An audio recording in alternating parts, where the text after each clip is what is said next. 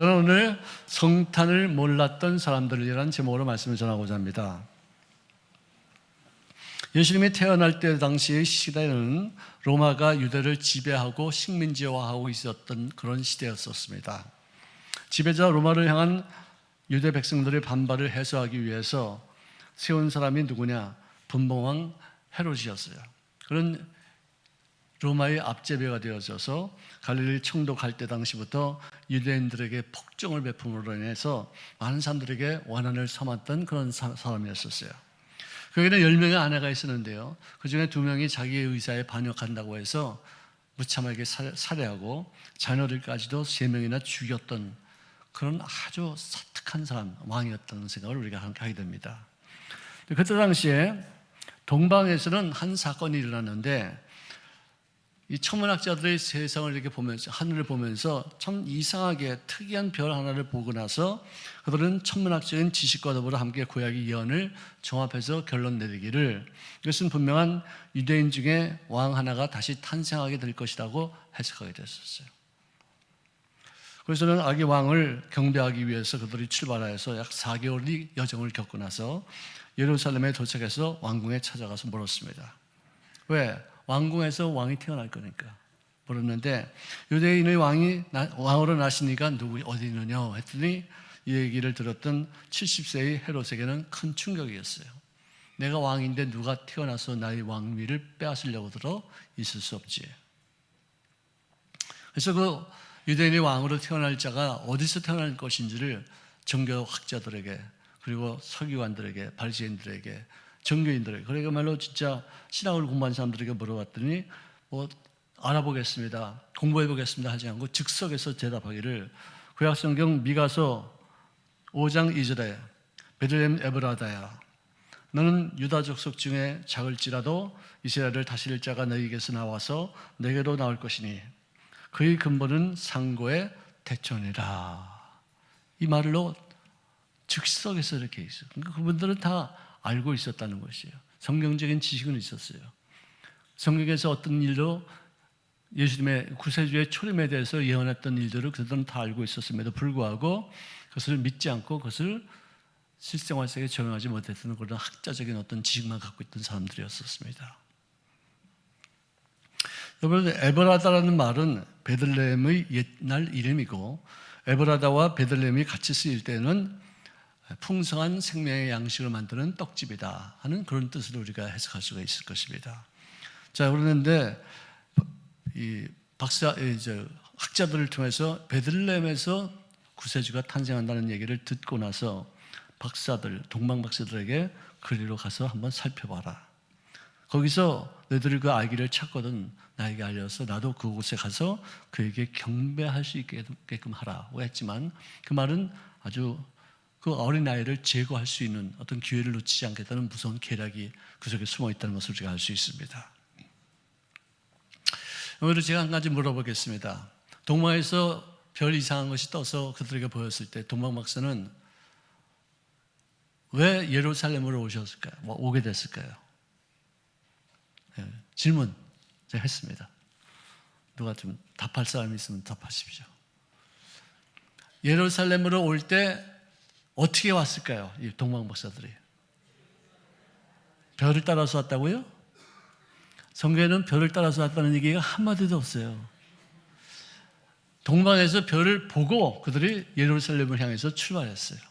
4개월 동안의 어떤 여정을 통해서 예루살렘에 도착을 했는데, 거기서 헤롯 왕이 베들레헴에서 그 구세주가 탄생한다는 얘기를 들었을 때 갑자기 별이 탁 나타났어요.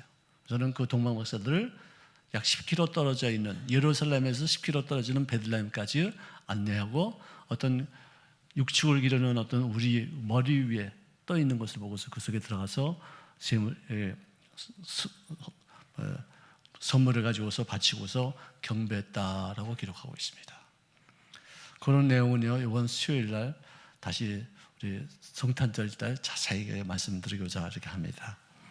자, 어쨌든 그곳에 들어서자마자 그들은 아기 예수께 경배하고 난 다음에 그날 밤 잠을 잤는데 꿈에 하나님께서 나타나셨을 말씀이 헤롯에게로 돌아가지 말고 직접 너희 다른 길로 귀국하라는 명을 따라서 그들은 자기 나라로 돌아가게 되었습니다.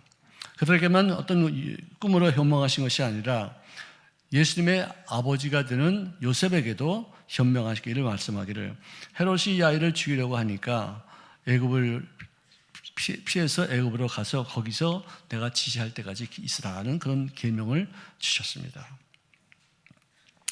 자, 어쨌든 그러나 이 헤롯은 왕으로 태어나서 자기의 어떤 왕위를 없앨 수밖에 없는 어떤 그런 위험성이 있는 어린아이를 죽이기로 작정하죠.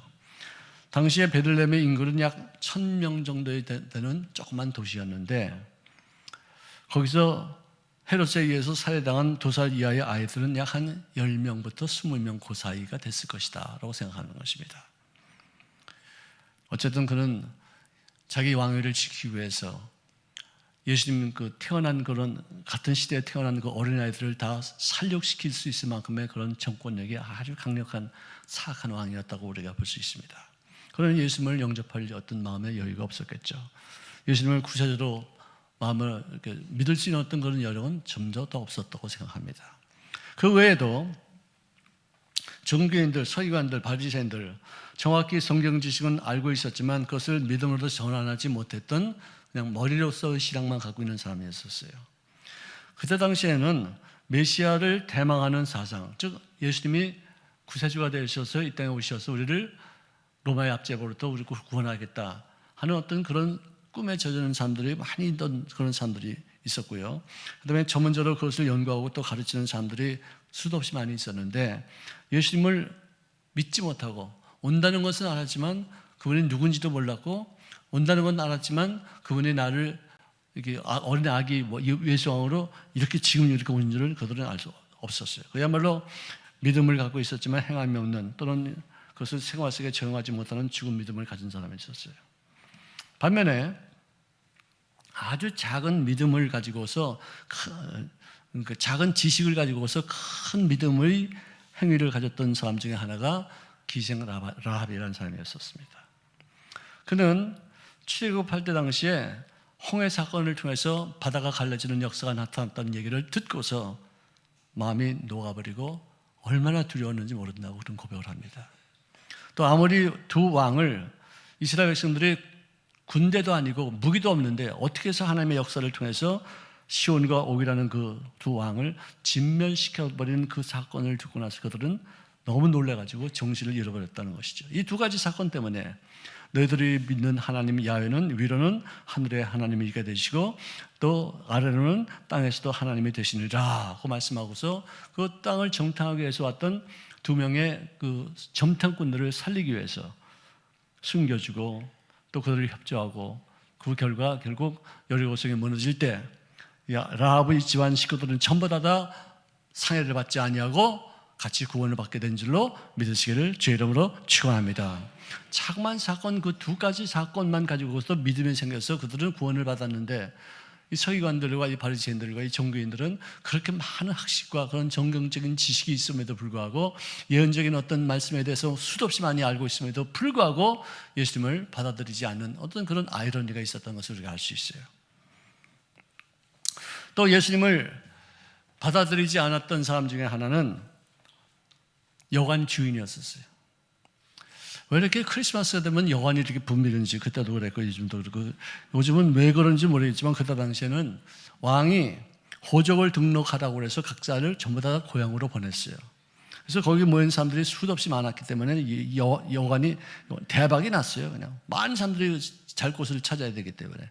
그런데 대박난 그런 곳에 부자들도 들어오고 돈 많이 내는 사람들 들어오고 그러는데, 이 보니까 가난한 차림새를 했던 두 부부가 나귀를 타고 들어오는데 그 사람을 영접할 수 있는 어떤 그런 분위기가 이루어지지 않았었어요. 그걸 천대한 거죠. 그래서 야고보서 2장 3절에 이하는 말씀하기를, 너희가 화려한 옷을 입은 사람들에게는 말하기를 여기 좋은 자리가 있으니 여기 앉으십시오 하고서 대접하고 그를 안내할 것이지만, 가난한 자들에게는 왜 너는 거기 서 있든지 아니면 내 발등상 아래 앉으라면서 그를 왜 판별하느냐, 왜 차별하느냐, 왜 외모로 사람을 판단하느냐, 이것은 온당치 못하다. 가난해 보이는 사람일수록, 연약해 보이는 사람일수록 우리들을 더욱 섬기고 또 우리가 그들을 존중히 여겨서 삶의 위로와 용기와 격려가 되는 행동을 할 수 있기를 주의 이름으로 축원합니다. 우리는 정말로 외모로 판단할 수 없어요. 미국 그 유튜브에서 나오는 어떤 장면을 보니까 어떤 허름한 사람이 지나가는 아가씨한테 악수를 청해요. 딴 사람들은 악수를 안 받아주는데 어떤 아가씨가 악수를 청하면서 아주 생긋하면서 웃어요. 그러고서 또 이렇게 해가지고 하트를 만들자고 그래요. 그래서 하트를 만들어요. 그리고 또 생긋 웃어요. 그다음에 나한테 돈 조금만 달라고 그러니까 뭐 1불도 주고 뭐 50센트도 주고 주는데 그걸 받고서는 가다가 다시 뒤로 돌아와서 선물을 하나 딱 주는 거예요. 근데 아이폰 진짜 좋은 그런 휴대폰 전화기를 주니까 깜짝 놀라죠. 친절을 베풀고 또 선의를 행하는 사람들에게 그런 상급을 주는 어떤 그런 제도를 만들어서 화면을 찍는데요. 정말 우리가 깨닫지 못하면서도 천사를 대접할 때가 있는 줄로 믿습니다. 연약한 사람들, 가난한 사람들, 부족한 사람들에게 조금이나마 아주 작게라도 용기가 되어지고 힘이 되어지는 귀한 삶이 되시기를 주의 이름으로 축원합니다. 그 다음에는 아마 이 여관집 주인은 이 프리미엄 제도를 아마 도입했을지도 몰라요. 어떤 사람들이 와가지고 내가 먼저 방을 예약할 테니까 웃돈을 드리겠습니다.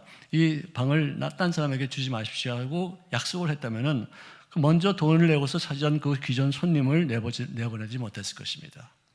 그야말로 경제성을 염두에 둔 주인의 행실이었었어요. 돈이 좀 되는 어떤 것이면은 받아들이고 돈이 안 되면은 물리치고 없이 여기고 천대하는 어떤 그런 모습이 옛날이나 지금이나 다 있었던 것 같습니다.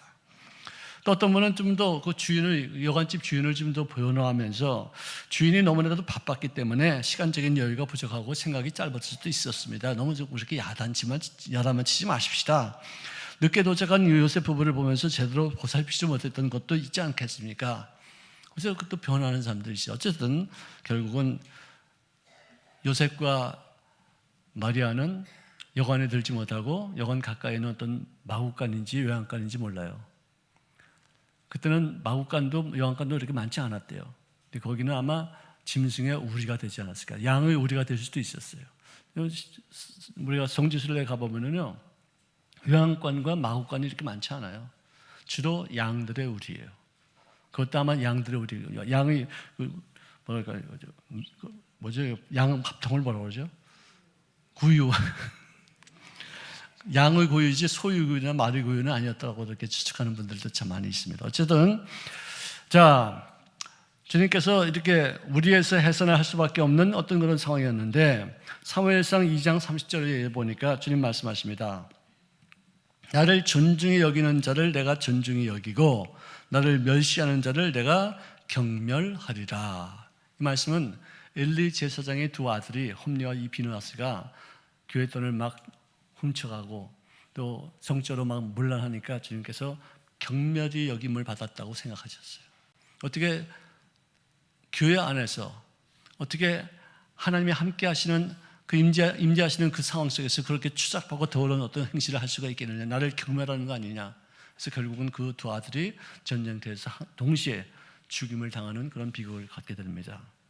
그거를 우리가 꼭 하나님을 경멸한다고 해서 하나님을 욕되게 하고 침뱉고 그래서만 아니라 소중히 여겨야 될 것을 우리가 소중히 여기고 또 하지 말아야 될 것을 우리가 하지 않는 것, 그런 삶의 태도가 하나님을 귀히 여기는 것이고 경멸하지 아니하는 그런 모습인 줄로 믿습니다. 주님 또 친히 이런 말씀을 하셨어요. 너희들이 내가 배고플 때 밥 줬지, 내가 헐벗었을 때 옷을 주었어, 내가 상처받을 때 나에게 쌈해 주었고, 내가 감옥에 갇혔을 때 나에게 찾아와서 용기를 주었지, 많은 어떤 그런 나에게 도움을 줬으니 너는 우측에 앉아라. 저희들이 그런 적이 없는데요. 너희 형제 중에 지극히 작은 자 하나에게 한 그것이 바로 나에게 한 것이니라. 할렐루야. 이게 기독교 정신이에요. 이것이 크리스마스의 정신이에요. 자, 그 다음에 예수님이 십자가에서 못 박히시기 전에 많은 사람들은 예수님이 이제 왕이 될 것을 믿고서 그분이 왕이 되면 나도 한 자리 좀 해야 되겠다. 내가 좌정할까? 내가 우정할까? 누가 더 크냐? 우리 싸우자. 서로 좋은 자리를 차지하자고서 막 다투고 있을 그때 당시에 마리아라고 하는 한 처녀가 주님 앞에 나와서 자기가 결혼 위해서 준비했던 값비싼 그런 향유를 담은 그런 옥합을 깨뜨려서, 그래서 예수님의 발을 씻고 그다음에 머리를 풀어서 깨끗하게 씻은 다음에 거기에 입 맞추고 했을 때 사람들이 어떻게 이렇게 비싼 그런 향유를 일시에 이렇게 허비하고 쓸데없는 데다 이렇게 낭비해서 이렇게 가난한 사람들에게 도와줄 수 있는 기회를 이러느냐 하고 막 야단쳤을 때 주님께서 하신 말씀이 냅둬라.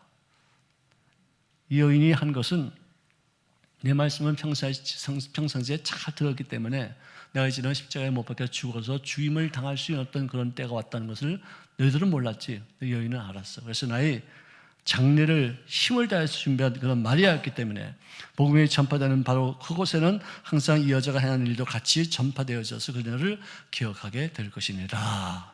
할렐루야! 할렐루야! 이런 분들의 주님을 영접하는 것이요, 이런 분들의 주님과의 만남이 이루어지는 귀한 인생을 사는 것인 줄로 믿습니다. 자, 예수님의 초림에 대해서는 성경에서 많이 언급하고 있어요. 아마 누가 말하기를 한 400여 회가 성경에 기록돼서 예수님의 초림, 예수님께서 이 땅에 구세주로 오실 것을 예언해 나와 있다고 기록합니다. 근데 그 중에서 시편 89편 4절에 보니까 다윗에게 주신 예언이 있는데, 내가 내 자손을 영원히 견고히 하며 너희 왕위를 대대에 세우리로다. 할렐루야. 다윗의 씨를 통해서 탄생된 어떤 메시아가 전 세계의 구세주가 될 것을 예언한 내용인 것입니다. 그 다음에는 동정녀로 탄생해서 이 땅에 구세주가 되어서 오신다는 사실을 기록했는데, 창세기 3장 15절에 먼저 이 기록되어 있어요. 거기서 여자의 후손이라는 말이 나와요. 우리들은 전부 다 남자의 후손이에요. 남자의 씨를 받아가지고 우리가 탄생된 존재인데, 예수님은 남자를 모르는 마리아를 통해서 성령의 어떤 능력으로 말미암아 잉태됐기 때문에 그 속에는 인간의 피가 흐르고 있지 않아요. 제가 또 공부하겠습니다. 여러분들, 어린아이가 엄마 뱃속에 있는데 그 아이의 피와 엄마의 피가 섞일까요? 안 섞일까요? 공부 많이 했네요. 이렇게 탁 말씀하시는 거 우리가 반응을. 여러분들 어떻게 생각하세요? 엄마의 피하고 아이의 피가 섞일까요? 안 섞일까요? 잘 모르겠죠? 양분은 왔다 갔다 하는데 서로 산소도 왔다 갔다 하는데 피는 안 섞여요. 엄마는 B형인데 아이는 A형일 수도 있지 않습니까?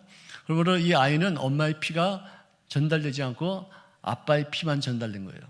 아빠가 누구예요? 성령님이세요. 성령님은 죄를 지은 적이 없어요. 그 피 속에 죄성이 없어요. 왜 예수님이 죄를 짓지 않고 의인이냐? 죄를 짓지 않기 때문에 의인이 아니라 의인이기 때문에 죄를 짓지 않는 것이고, 왜 우리가 죄인이냐? 죄를 지어서가 아니라 죄를 안 지을 수 없는 존재이기 때문에 죄를 짓는 거예요. 왜? 우리 속에는 피 속에 죄성이 있기 때문에 어쩔 수 없어요. 그래서 예수님은 우리들의 죄를 씻을 수 있는, 용서할 수 있는 귀한 자격이 있어요. 왜? 그의 피에는 죄성이 없기 때문에. 빚을 많이 진 사람이 남의 집 갚을 수 없듯이 빚이 없는 사람이 남의 빚을 갚을 수가 있는 것이에요. 예수님은 빚이나 죄가 없어요. 깨끗한 피를 갖고 계셔요. 그래서 우리들의 죄를 씻는 귀한 권세가 있는 줄로 믿습니다. 자, 여자의 후손이 뱀의 머리를 쳐서 상하게 할 것이니라 했는데, 여기에 대해서 이사야서 7장 14절에 보라, 처녀가 잉태하여 아들을 낳을 것이요 그 이름을 임마누엘이라 하리라. 할렐루야. 처녀가 잉태한대요. 처녀가 어떻게 잉태해요? 처녀가 잉태해도 뭐 할 말은 있다고 그러는데, 여기는 이거 상황이 다르죠. 그죠? 정말 이루어진 예언이 우리들의 삶 속에 예수님을 통해서 아름답게 열매를 맺는 것입니다. 자, 여러분들, 하나님과 나 사이를 의인과 죄인으로 여기고, 목자와 양으로 여기고, 그 다음에 또 왕과 신하로 여깁니다. 그렇죠? 또 뭐가 있어요? 또 남편과 아내로 여기요. 신랑과 시부입니다. 또 뭐 있어요? 농부와 포도나무로 할 수도 있죠. 스승과 제자로 할 수 있고, 여러 가지로 아버지와 아들도 될 수 있고, 아버지 하나님과 우리들의 관계. 근데 그 중에서 우리가 간과하지 말아야 될 상황이 뭐냐면은, 예수님은 나의 신랑이 되시고 나는 신부가 되는 줄로 믿습니다. 신랑과 신부가 왜 만나요? 네? 몰라요? 신랑과 신부가 왜 만나요? 네? 우리 사람 통 몰라 해.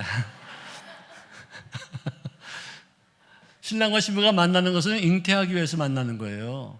그래서는 아기가 나오는 거 아니에요. 우리가 예수님과 왜 우리가 말씀을 통해서 성령을 통해서 기도를 통해서 왜 만나요? 하나님의 씨앗이, 그의 꿈이, 그의 비전이, 그의 어떤 뜻이 내 마음속에 잉태되어져서 너를 통해서 아름다운 열매가 이 땅에 산출되게 하기 위한 것인 줄로 믿습니다. 아멘. 그 정말 이거는 잊지 말아야 돼요. 난 남자지만 영적으로는 주님의 신부예요. 그분의 뜻이 내 마음속에 잉태되고 그분의 어떤 계획이 내 마음속에 잉태되어져서 어느 때가 되면 산고를 치르면서 열매를 맺게 되는 것이에요. 제가 이 예화는 참 오랫동안 많이 했는데요. 항상 새롭습니다. 조영기 목사님께서 하루는 서대문 시절에 있을 때 사무실에 앉아 계시는데 어떤 한 30대 중반 정도의 여인이 코트를 입고서 마을을 타고서 예쁘다고 한 어떤 그런 미모를 하고서는 허리에다 손을 들고서 띠뚱띠뚱하고 이렇게 들어오더래요. 그러니까 보니까 배는 이만큼은 커고 말이죠. 그래서 이분은 이제 아기 낳을 때가 얼마 남지 않았으니까 기도받으러 오시는구나 싶어가지고 참모님 이리 오십시오. 제가 기도해 드리겠습니다. 그러니까 이분이 오더니 목사님 그게 아니에요. 그래서 뭐가 아니냐고 그랬더니 저도 아기를 좀 갖고 싶어요. 뭐가 무슨 소리냐고 지금 좀 있으면 아기 낳을 텐데 무슨 소리냐고 그러니까 그게 아니라니까요. 그러더니 코트를 탁 벗더니 거기서 포대기를 갖다 툴툴 풀더니 거기서 쿠션 하나가 또 팍 나온 거예요. 그냥 너무나도 놀랐겠죠. 자매님 이게 무슨 뜻입니까? 이게 무슨 일입니까? 했더니 그냥 사연이 뭐냐면은 내가 이제는 결혼한 지 벌써 5년이 넘었는데 아직도 아기가 없습니다. 남편은 너무나도 좋은 남편이라서 저에게 말하기를 여보 당신이 내 딸이고 나는 당신의 아들이야. 우리가 꼭 애가 있어야지만 되겠어? 그렇지만 너무나도 괴로운 거예요. 자기가 잘못돼서 아기를 못 갖는 줄 알고서 정말 괴로워하고 힘들어하고 있었는데 시어머니도 오셔가지고 자네 어떻게 뭐 좋은 소식이 없나? 어떻게 뭐 먹고 싶은 게 없는가? 막 그러면서 은근히 아이가 안 나온다는 것에 대해서 이렇게 얘기를 해주고 또 동네 사람들도 저 사람은 결혼한 지 벌써 5년 지났는데도 아직도 어떻게 애가 없어? 쑥떡. 여러분들 쑥떡은요 먹는 건 좋아돼요. 이렇게 말로 하는 건 안 좋아요. 그래가지고 괴로워하고 힘들고 벽에입을 눈물로 적시면서 잠을 잔 적도 수도 없이 많은데 남편은 굉장히 좋은 분이라고 해요. 그래서 그것 때문에 겨우 견디면서 살았는데 하루는 남편이 퇴근하고 들어와서 집에 탁 오자마자 보통은 자기 방부터 먼저 들리는데 그날따라 아버지 엄마 방에 탁 들어갔더니 큰 소리로 하는 말씀이 아버지 어머니 기뻐해 주시옵소서 우리 마누라가 임신하였나이다.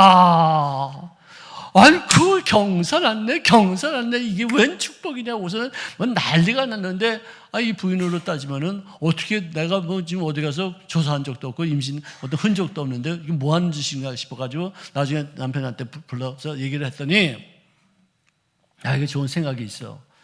홀트 양자를 가보니까 거기에 어떻게 잘못해서 임신한 사람들이 있는데 그 사람들하고 내가 오늘 계약하고 왔어. 이 사람이 아기를 낳을 때 돼가지고 병원에 입원할 때는 우리 집사람도 같이 입원해서 그 아이가 태어날 때 그 아이를 데리고 나오면서 아기가 나왔다 이렇게 하려고 계획을 짠 거예요. 그래서 다 사인까지 해가지고 이렇게 계약서를 맺었다는 것이에요.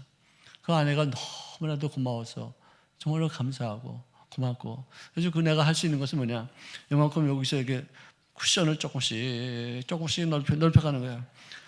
그래서는 가끔가다 왜 이것도 하면서 이제 쿠션을 넓혀가는데 이제 뭐 여름에는 얼마나 지금 땀띠가 나고 그냥 얼마나 힘들겠어요. 여기 손도 집어넣지 못하니까 막대기가 갖고 나서 가려면 여기다 바박 긁고 막 그러고서 결국 이제 8개월 이제 9개월이면 이제 아기를 낳는데 8개월째가 됐었어요. 근데 또 누가 그분에게 전도를 해서 조영기 목사님께서 인도하시는 부흥회 가가지고 은혜를 엄청 받았어요. 그냥. 그래서 일어나서 예수님을 영접하고 예수님의 사람이 되겠다고 고백하고 죄사함 받은 것을 확신을 느끼고 나는 이제는 천국 백성이 나는 영생을 얻었어. 더 이제 조금만 있으면 이제 아기도 나오지. 나는 구원받아서 천국 백성이 됐지. 너무나도 기가 막힌데 이틀이 못 돼가지고 마귀가 신방을 왔어요. 야, 네가 뭐 천국 가? 뭐 예수 믿고서 영생 얻어? 너 같은 거짓말쟁이 위선자가 많은 사람들을 이렇게 대낮에 이렇게 백주에서 이렇게 속이고 있는 이런 거짓말쟁이가 뭐 천국 가? 웃기는 소리 하지만 넌 지옥 맨 밑바닥에 날아간다 임마. 그래서 막 욕을 하고 막 그냥 부정적인 얘기를 하고 막 그러니까 얼마나 충격받은 거예요. 그래서 잠도 못 자고 그냥 또 비실비실하니까 엄마 아빠도 걱정하고, 왜 아가야 왜 안식이 이렇게 안 좋으냐, 너무 먹고 싶은 게 없냐, 왜 이렇게 근심이 있느냐, 아무 염려하지 말아라, 조금 있으면 아기가 나올 텐데 그렇게 하면 안 된다. 근데도 말이 안 들리는 거예요. 남편에게도 말할 수 없어요. 그래서 고민하다가 결론 내는 것이 뭐냐, 나로 하여금 예수를 믿게 해서 예수 믿고서 천당 가기는 건 좋은데 거짓말쟁이로 만들어가지고 나를 이렇게 번민하게 만드는 장본인이 누구냐? 조용기 목사님이라는 것을 깨달았다는 거예요.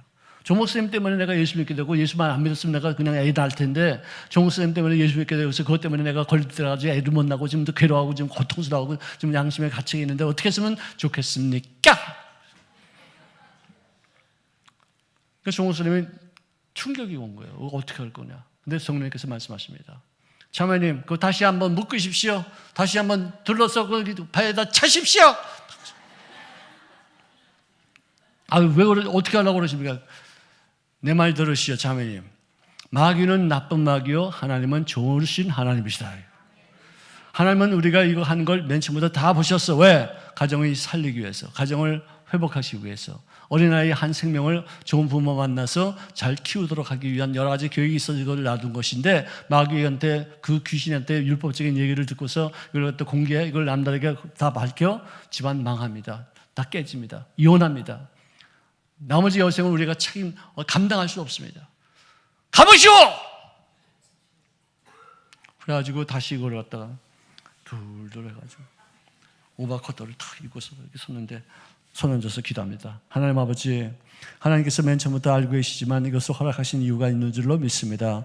정말 아이를 잘 낳고 훌륭하게 키워서 훌륭한 역할을 잘 감당하는 귀한 자녀가 되어지게 하여 주시옵소서.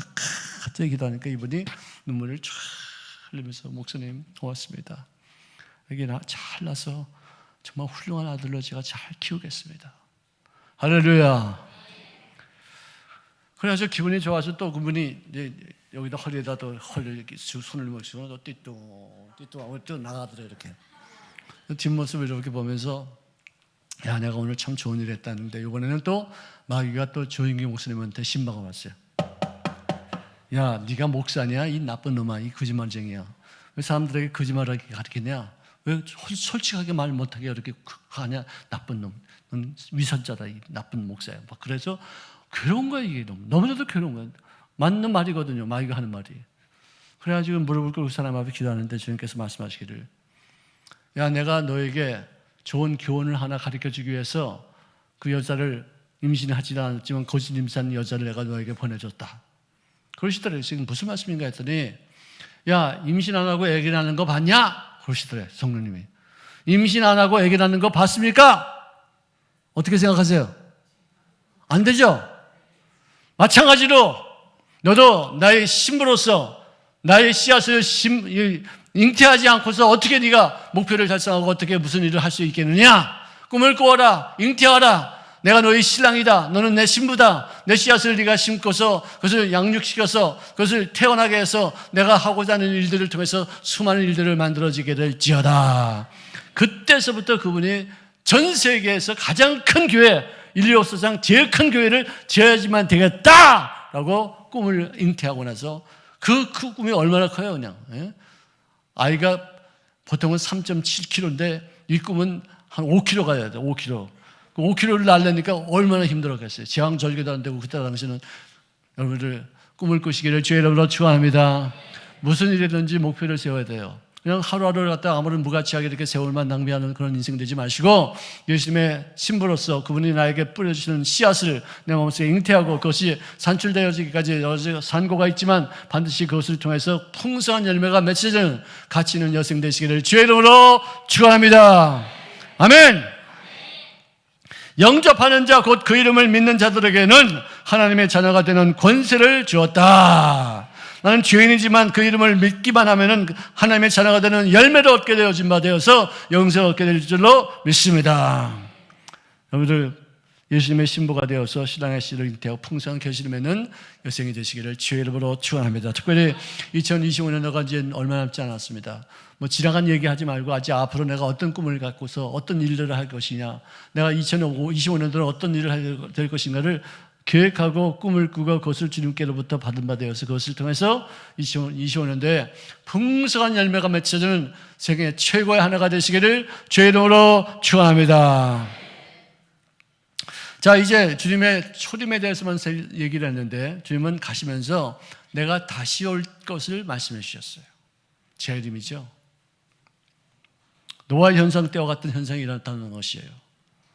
마태복음 24장 37절에 보니까 38절 사람들이 먹고 마시고 장가들고 시집가고 있으면서 이 말의 뜻은 뭐냐? 완곡히 말해서 이렇게 되는 거예요. 너희들은 술 처먹고 술 취하고 마약에 찌어들고 있고 동생에 빠져 있을 거 아니냐 이거예요. 그건 쾌락주의자예요.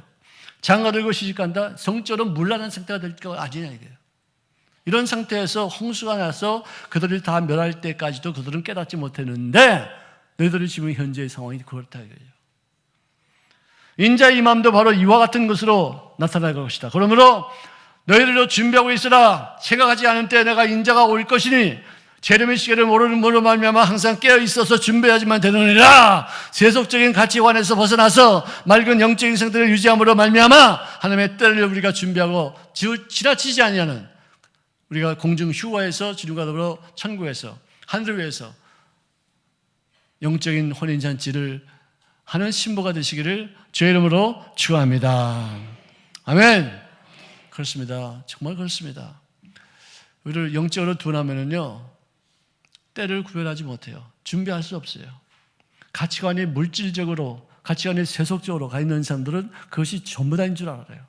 다른 길, 더 깨끗한 길, 더 성스러운 일, 더 아름다운 일들을, 그리고 불안한 이웃들을 향하신 주님의 공일하심이 우리들의 생활을 통해서 아름답게 표출될 수 있는 그런 참여하는 어떤 일들이 열매를 맺는 것이 주님이 나를 이 땅에 보내신 그 이유가 있지 않습니까? 헛되게 인생을 낭비하지 마십시다. 거짓되게 귀신에게 속지 마시기를 주의 이름으로 축원합니다. 영적 상태를 통해서 영의 사람의 삶으로 4차원의 영성을 가지고 3차원의 세계를 다스리시는, 그래서 풍성한 열매를 맺는 하나님의 자녀들이 되시기를 주의 이름으로 축복합니다. 매년 다가오는 크리스마스입니다. 즐겁게 성탄을 축하하면서 연례 행사에 참여할 수도 있겠지만 다시 오실 예수님을 기다리는 신앙을 확연하게 갖춰 나가시기를 주의 이름으로 축원합니다.